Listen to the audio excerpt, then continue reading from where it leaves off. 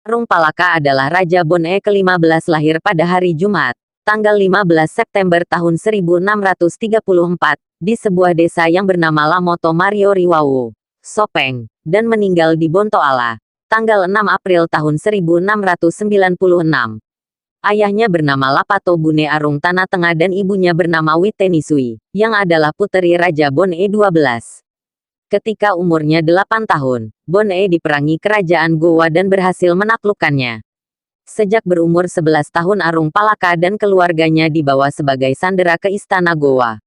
Mereka beruntung karena menjadi pelayan Karaeng Patinggaloang, tokoh penting dan jenius di kerajaan Gowa.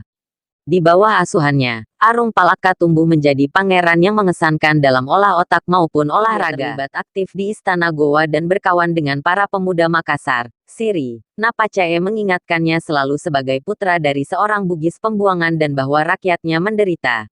Awal 1660 dia merasa penderitaan itu semakin hebat karena harus menyaksikan 10.000 orang tua maupun muda diseret dari Bone ke Makassar atas perintah Sultan Hasanuddin melalui Karaeng Karunrung dan Regen, Bupati, Bone, Tobala.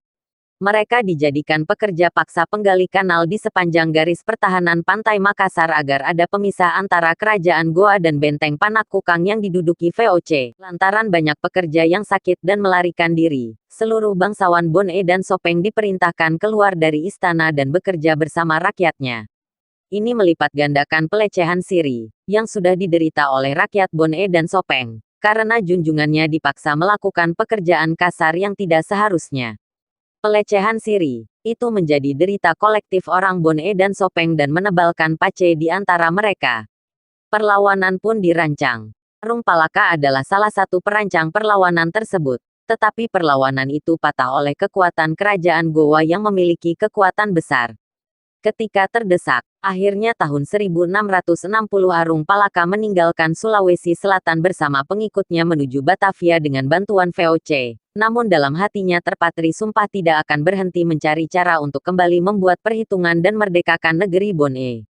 Alasan pokok Arung Palaka dalam memerangi kerajaan Gowa bukanlah ekonomis politis, tetapi jiwa beradat yang meliputi harga diri atau kehormatan dan rasa malu, perasaan sakit dan pedih atas penderitaan saudara sebangsa, dan kepercayaan bahwa seseorang dapat memperbaiki atau memperjelek peruntungannya dalam hidup ini melalui tindakan orang itu sendiri. Setelah menunggu 5 tahun, keinginannya pun terkabul. VOC yang kagum akan daya tempur pengikut Arung Palaka yang disebut Toangke, orang Angke, diambil dari kali Angke yang mengalir melewati perkampungan Bugis di Batavia. Saat membantu memadamkan pemberontak Minangkabau, mengajaknya memerangi Gowa yang dinilai mengganggu kepentingan ekonomi VOC. Bersama Arung Palaka, Spelman menghancurkan benteng Sombaupu milik kerajaan Gowa dan lalu menguasai perdagangan di Indonesia Timur, khususnya jalur rempah-rempah Maluku. Spelman akhirnya berhasil menjadi Gubernur Jenderal VOC pada tahun 1681. Sedangkan Kapiten Jonker adalah orang yang berhasil menangkap Trunojoyo dan mematahkan perlawanan para pengikutnya. Namun kejayaan selamanya selalu dekat dengan kehancuran. Seorang perwira asal Perancis bernama Isaac de Clournay de Saint-Martin, berhasil mengungkap korupsi yang dilakukan Spelman sehingga ia dicopot dari jabatannya sebagai Gubernur Jenderal. Isaac pun mempengaruhi Gubernur Jenderal Campuis untuk segera menyingkirkan Kapiten Jonker. Daerah kekuasaan Kapiten Jonker di Pejongkeran Marunda pun dikepung dan diserbu. Kapiten Jonker terbunuh, kepalanya dipancung dan dipamerkan kepada halayak ramai. Para pengikutnya juga dibunuh, dan keluarganya diasingkan ke Kolombo dan Afrika.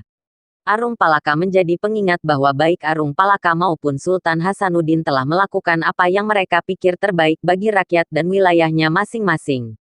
Sayang sekali bahwa waktu telah membuat mereka berada di seberang jalan yang berbeda. Namun waktu juga bisa memberi ruang yang cukup bagi keturunan mereka untuk belajar dari konflik yang pernah terjadi, untuk mengubur luka lama, untuk lebih bijak, dan untuk bersatu membangun kehidupan masa depan yang lebih baik.